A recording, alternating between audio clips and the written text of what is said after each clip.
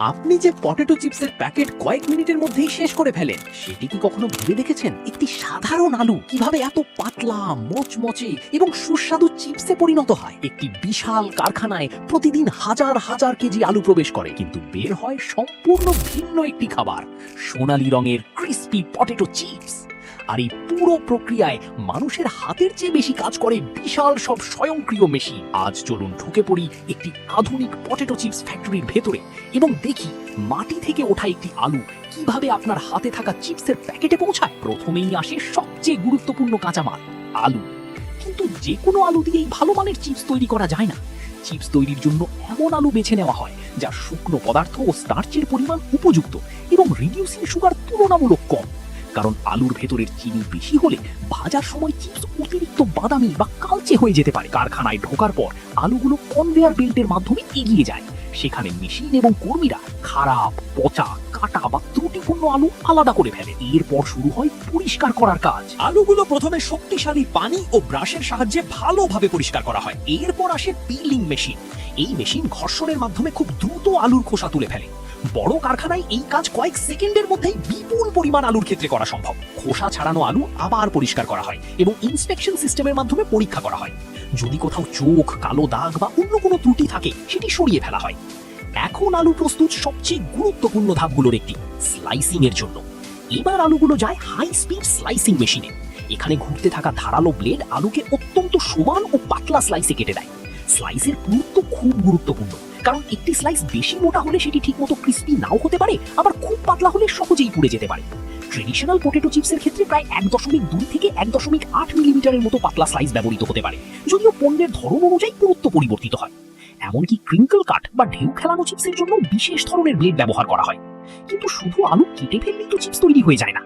এবার শুরু হয় এমন একটি ধাপ যা চিপসের রং ও গুণমান ঠিক রাখতে গুরুত্বপূর্ণ। স্লাইস করা আলুর গায়ে অতিরিক্ত স্টার্চ লেগে থাকে, তাই এগুলো আবার পানিতে ধোয়া হয়। এতে পৃষ্ঠের অতিরিক্ত স্টার্চ কমে এবং স্লাইসগুলো ভাজার সময় অতিরিক্ত লেগে যাওয়ার প্রবণতা কমে। কিছু শিল্প প্রক্রিয়ায় এরপর ব্ল্যাঞ্চিং করা হয়, অর্থাৎ আলুর স্লাইসকে নিয়ন্ত্রিত গরম পানি বা বাষ্পের মাধ্যমে অল্প সময়ের জন্য হিট ট্রিটমেন্ট দেওয়া হয়। এর উদ্দেশ্য হলো রং নিয়ন্ত্রণ করা এবং কিছু ক্ষেত্রে রিডিউসিং সুগার কমিয়ে ভাজার সময় অতিরিক্ত ব্রাউনিং ঠেকানো। এরপর আলুর স্লাইস থেকে অতিরিক্ত পানি সরিয়ে ফেলা হয়, কারণ গরম তেলে দেওয়ার আগে আলুর গায়ে অতিরিক্ত পানি থাকা একেবারেই ভালো নয়। এখন আসে পুরো প্রক্রিয়ার সবচেয়ে গুরুত্বপূর্ণ ধাপ, ফ্রাইং। পাতলা আলুর স্লাইস কনভেয়ারের মাধ্যমে প্রবেশ করে ইন্ডাস্ট্রিয়াল ফ্রায়ারের মধ্যে।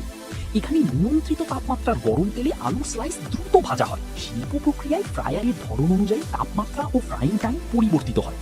একটি আধুনিক লাইনে প্রায় 175 থেকে 180 ডিগ্রি সেলসিয়াসের কাছাকাছি তাপমাত্রা ব্যবহার করা হতে পারে। ভাজার সময় আলুর ভেতরের পানি দ্রুত বাষ্পে হয়ে বের হতে থাকে, আর তখনই তৈরি হতে শুরু করে সেই পরিচিত মচমচে টেক্সচার। একই সঙ্গে ফ্রাইং এর সময় মেইলার্ড রিঅ্যাকশনের কারণে চিপসের সোনালী রং ও ক্যারেক্টারিস্টিক ফ্লেভার তৈরি হয়। কিন্তু এখানেই শেষ নয়, তেলে ভাজার পর চিপসের গায়ে অতিরিক্ত তেল থেকে যায়, তাই এগুলো যায় পরবর্তী ধাপে। ভাজা চিপস কনভেয়ারের মাধ্যমে ডি অয়েলিং বা ড্রেনিং সিস্টেমের মধ্য দিয়ে যায়। এখানে অতিরিক্ত তেল সরিয়ে নেওয়া হয়। এরপর চিপস ধীরে ধীরে ঠান্ডা হতে থাকে। এখন বাইরে থেকে এগুলো দেখতে অনেকটা সেই চিপসের মতো যা আমরা দোকানের প্যাকেটে দেখি, কিন্তু স্বাদ, সেটার জন্য অপেক্ষা করুন পরের ধাপ পর্যন্ত। এখন চিপসগুলো প্রবেশ করে একটি রোটেটিং সিজনিং ড্রামের মধ্যে। মেশিনটি ঘুরতে থাকে এবং একই সময়ে চিপসের উপর নির্দিষ্ট পরিমাণ লবণ ও সিজনিং পাউডার ছড়িয়ে দেয়। এভাবেই তৈরি হয় বিভিন্ন ফ্লেভার, যেমন সল্টেড, বারবিকিউ, চিজ, টমেটো বা স্পাইসি ফ্লেভার। এখানে মূল বিষয় হলো প্রতিটি চিপসে সিজনিং যেন প্রায় সমানভাবে পৌঁছায়, কারণ একটি চিপস যদি অতিরিক্ত নোনতা হয় আর অন্যটিতে একদমই মশলা না থাকে, তাহলে পুরো পণ্যের স্বাদ নষ্ট হয়ে যাবে। সিজনিং শেষ হলে চিপসগুলো আবার ইন্সপেকশনের মধ্য দিয়ে যেতে পারে। ভাঙা, পোড়া বা ত্রুটিপূর্ণ চিপস আলাদা করা হয়। এবার আসে শেষ এবং অত্যন্ত গুরুত্বপূর্ণ ধাপ, প্যাকেজিং। স্বয়ংক্রিয় প্যাকেজিং মেশিন নির্দিষ্ট ওজন অনুযায়ী চিপস মেপে প্যাকেটের মধ্যে ভরে দেয়। এরপর প্যাকেটটি হিট সিল করে বন্ধ করা হয়। অনেক পটেটো চিপ প্যাকেজে নাইট্রোজেন ফ্লাশিং ব্যবহার করা হয়। এখানে প্যাকেটের ভেতরের বাতাসের পরিবর্তে নাইট্রোজেন ব্যবহার করা হয়, যা অক্সিডেশন কমাতে এবং চিপসকে পরিবহনের সময় ভেঙে যাওয়া থেকে কিছুটা রক্ষা করতে সাহায্য করে। তাই প্যাকেট খুললে আপনি যদি দেখেন অর্ধেকের মতো জায়গা খালি, তার মানে সবসময় চিপস কম দেওয়া হয়েছে এমন নয়। প্যাকেটের ভিতরে সেই গ্যাস ফিল্ড স্পেস চিপসকে ধাক্কা থেকে রক্ষা করার জন্যও কাজে আসে। অবশেষে প্যাকেটগুলো কার্টনের মধ্যে সাজানো হয়। তারপর সেগুলো ওয়্যারহাউস থেকে বিভিন্ন দোকান ও সুপারমার্কেটে পাঠানো হয়। অর্থাৎ আপনার হাতে থাকা একটি ছোট প্যাকেট পটেটো চিপসের পেছনে রয়েছে আলু নির্বাচন, পরিষ্কার, peeling, precision slicing, starch removal, hit treatment, industrial frying, D oiling, seasoning, quality inspection এবং অটোমেটেড প্যাকেজিং এর মতো একাধিক ধাপ।